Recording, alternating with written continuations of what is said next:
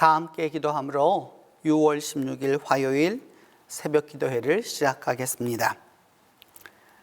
사랑의 하나님, 저희들이 지난밤도 주님과 함께 잘 지내고 이제 하루의 첫 시간을 주님과 함께 시작합니다.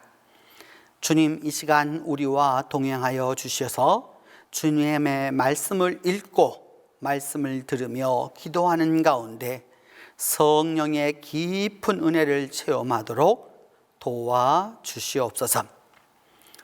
주님, 아직도 해결되지 못한 코로나19로 고통당하며 고난당하는 이들을 불쌍히 여겨주시고 이 일을 다루는 의료진과 담당진 그리고 연구하는 모든 이들에게 지혜와 힘을 더하여 주셔서 속히 좋은 결과가 있도록 도와주시옵소서.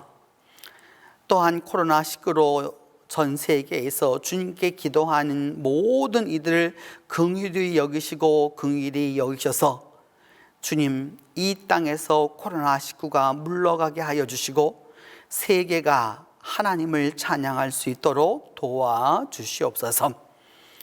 주님, 이 시간도 병상에 누워 기도하는 동신의 가족들이 있습니다. 주님께서 그들을 불쌍히 여기시사 아픔 가운데서 주님을 더욱더 깊이 만나게 하여 주시고 속히 회복되도록 주님이 도와주시옵소서. 주님, 주님의 그 치유하시고 회복시켜 주시는 그 능력의 손으로 함께 하여 주셔서 저희들의 기도를 응답하사 주의 능력을 우리가 경험하게 하여 주시옵소서.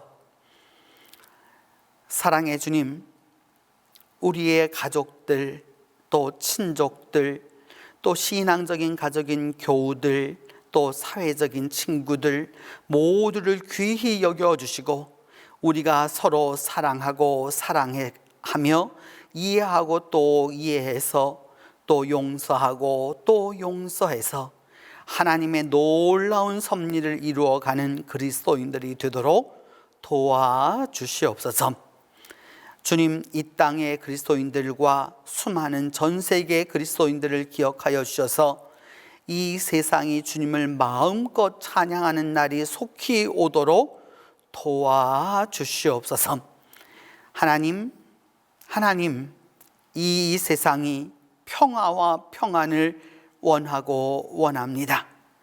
주님, 다시 한번 긍휼히 여겨주셔서 온 세상이 창조의 그날처럼 주님을 찬양하고 온 세상이 아름다울 수 있도록 하나님이 함께하여 주시옵소서. 평화의 주인이시며 오늘도 우리의 삶을 인도하여 주시는 예수 그리스도의 이름으로 기도합니다. 오늘 우리에게 주신 하나님의 말씀은 창세기 37장 12절에서 17절입니다. 구약성경 창세기 37장 12절에서 17절입니다. 그의 형들이 세겜에 가서 아버지의 양떼를 칠 때에 이스라엘이 요셉에게 이르되 내 형들이 세겜에서 양을 치지 아니하느냐 너를 그들에게로 보내리라. 요셉이 아버지에게 대답하되 내가 그리하겠나이다. 이스라엘이 그에게 이르되 가서 내 형들과 양떼가 다 잘 있는지를 보고 돌아와 내게 말하라 하고 그를 헤브론 골짜기에서 보내니 그가 세겜으로 가니라. 어떤 사람이 그를 만난즉 그가 들에서 방황하는지라. 그 사람이 그에게 물어 이르되 내가 무엇을 찾느냐. 그가 이르되 내가 내 형들을 찾아오니 청하건대 그들이 양치는 곳을 내게 가르쳐 주소서. 그 사람이 이르되 그들이 여기서 떠났느니라. 내가 그들의 말을 들으니 도단으로 가자 하더라 하니라. 요셉이 그의 형들의 뒤를 따라가서 도단에서 그들을 만나니라. 오늘 창세기 37장 12절로 17절에는 야곱의 심부름을 담당하는 요셉의 모습이 잘 그려져 있습니다. 어쩐 일인지 몰라도 그의 형들은 세겜으로 가서 아버지의 양떼를 치고 있었습니다. 세겜이라고 하는 것은 그 이스라엘로 보면은 아주 북쪽에 있습니다. 그 북쪽 그 산지에 있는데 이렇게 그 세겜으로 가서 아버지의 양떼들을 치고 있었습니다. 이 말의 뜻은 아직까지 야곱이 그 자식들에게 그 재산을 나누어 주지 않았다라는 것을 알 수 있습니다. 그렇게 양들을 치고 있을 때 이 세겜이라는 곳은 곧 어떤 곳이냐 하면은 그 세겜이라고 하는 동네가 이 그리심산과 또 그리고 에발산이라고 하는 두 산이 이렇게 있는 곳입니다. 그래서 세겜은 이스라엘 사람들에게서 어떤 의미로 쓰여있느냐 하면은 나눔으로 쓰였습니다. 무언가 나누어지는, 그러니까 양쪽의 봉우리가 쭉 올라가 있기 때문에 나누인다라고 하는 것을 이제 알 수 있습니다. 그러니까 그의 형들이 세겜에 가서 양을 치고 있다라고 하는 이 말은 이미 히브리어 성경을 읽고 있는 사람들은 무슨 좋지 않은 일이 있겠구나 하는 것을 알고 있습니다. 이때 야곱은 말합니다. 요셉에게 내 형들이 세겜에서 양을 치지 아니하느냐. 세겜에서 양을 치고 있다는 것은 알고 있습니다. 너를 그들에게로 보내리라 하니까, 그러니까 요셉이 말하기를 아버지 내가 그리하겠습니다 라고 대답합니다. 왜 요셉은 양을 치러 보내지 않았을까요? 그 다른 자식들은 다 보내면서 요셉은 왜 보내지 않았을까요? 여전히 그 편애하는 야곱의 모습이 이곳에 나타납니다. 야곱은 말합니다. 요셉에게 가서 내 형들과 또 그리고 양떼가 잘 있는지를 보고 돌아와서 내게 말하라 라고 말합니다. 여기에서 여러분 그냥 지나갈 말이 아니고 좀 더 자세히 볼 필요가 있습니다. 야곱은 요셉에게 밀명을 줍니다. 이것은 그냥 그냥 가족 간의 이야기가 아니라 가서 몰래 살펴보고 형편이 어떠한지를 와서 알려주라 라고 말하는 것이죠. 그래서 형들과 양떼들이 다 잘 있는지를 보고 이렇게 말합니다. 보통의 아버지라면 여러분 가족이 먼저이고 자식이 먼저일 텐데 그 자식과 양떼를 등치법으로 같이 놓고 있는 것입니다. 그러니까 그 자식들과 양떼의 가치가 비슷하다라고 하는 것을 보여주는 것이죠.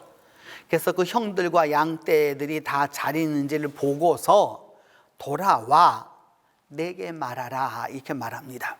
그러니까 가서 형들이 어떻게 하고 있는지 자세히 다 보고 그 일에 대하여서 와서 몰래 일러라 라는 말하고 갔습니다.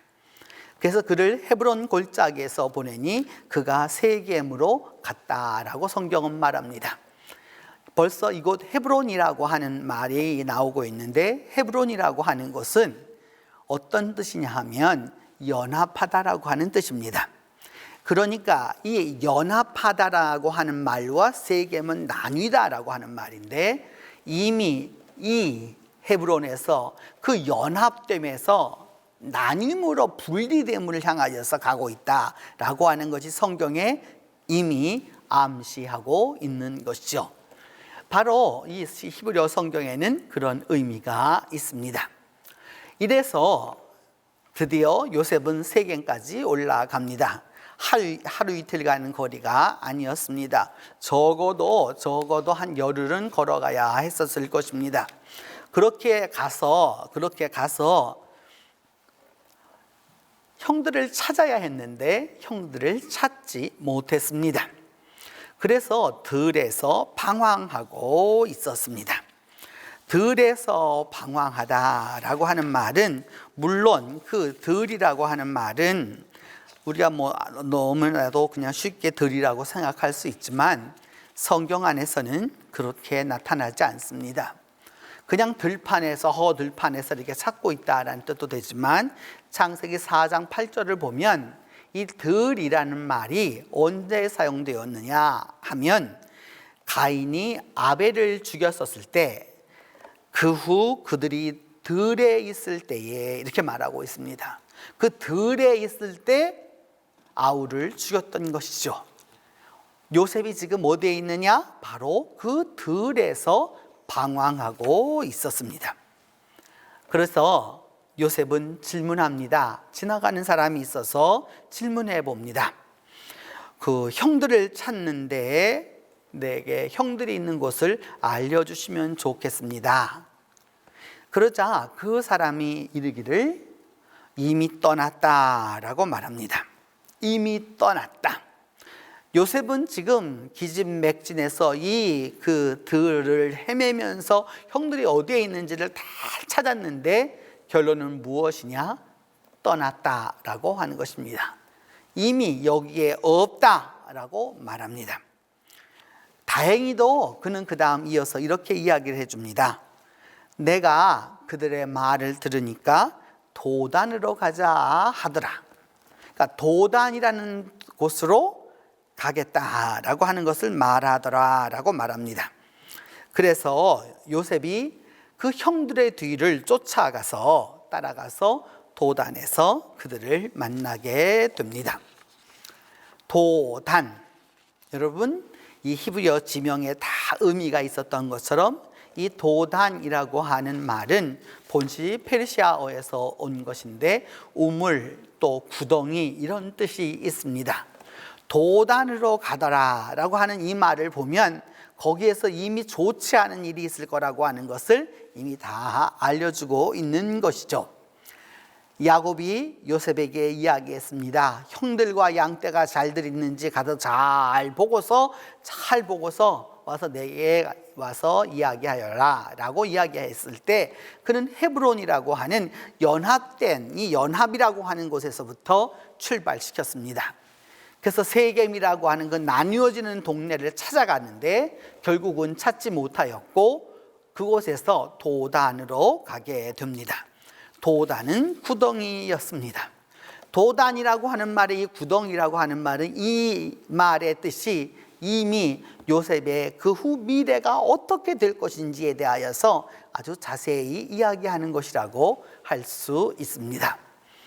여러분, 이 본문을 통해서 오늘 우리가 깨닫게 되는 것은 바로 이것입니다. 그 첫째는 무엇이냐? 사람과 사물을 동일시해서는 안 됩니다.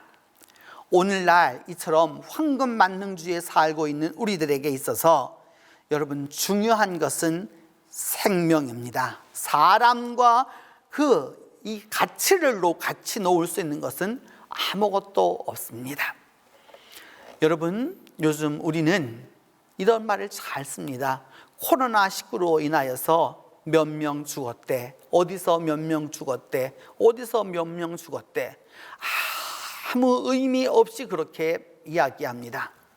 그러나 여러분, 그 한 사람의 이야기로 들어가 보면 소중하지 않은 사람이 어디 있을 것이며 여러분, 귀하지 않은 사람이 어디 있을 것입니까?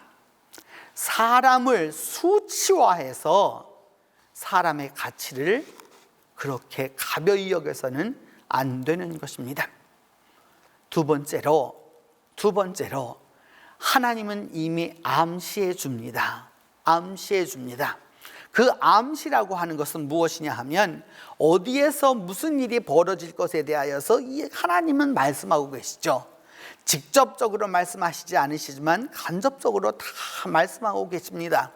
이 간접적으로 말씀하고 계시는 이 하나님의 뜻을 무엇인지 분명히 알아들어야 하는 것이죠. 신앙인이란 하나님의 뜻을 발견하는데 무엇이 하나님의 뜻이냐? 우리가 살아가고 있는 이 삶의 현장에 그 하나가 하나님의 뜻을 내포하고 있다라고 하는 것을 알려줍니다. 또한 하나님은 그렇게 어려운 상황에 처할지라도 반드시 도울 자를 보내어 주십니다. 여러분, 하나님은 우리만 이렇게 남겨두지 않습니다. 그렇게 내팽겨두지 않아요. 하나님은 우리를 인도할, 도와줄 바로 그런 헬퍼들을 우리에게 반드시 공급해 주십니다. 하나님이 공급해 주는 사람, 하나님이 보내서 도와주는 사람이 내게 반드시 있는 것이죠. 그렇기 때문에 여러분, 우리가 기도할 때에 나를 위해서도 하나님이 보내주시는 도와줄 사람이 있어야 하고, 우리의 자녀들을 위하여서도 하나님이 보내주시는 도울 자가 있도록 우리가 기도해야 하는 것입니다. 이제 오늘 창세기 37장 11절로 17절 이 말씀에 근거해서 오늘 하루를 시작하면서 하나님의 뜻과 또 하나님이 보내주시는 그 도울 자들을 생각하면서 오늘 이 하루를 우리가 함께 기도하며 나아가도록 하겠습니다. 이제 주님께서 가르쳐 주신 기도로 오늘 새벽 기도회 마치도록 하겠습니다. 하늘에 계신 우리 아버지, 아버지의 이름을 거룩하게 하시며 아버지의 나라가 오게 하시며 아버지의 뜻이 하늘에서와 같이 땅에서도 이루어지게 하소서. 오늘 우리에게 일용할 양식을 주시고 우리가 우리에게 잘못한 사람을 용서하여 준 것 같이 우리 죄를 용서하여 주시고 우리를 시험에 빠지지 않게 하시고 악에서 구하소서. 나라와 권능과 영광이 영원히 아버지의 것입니다.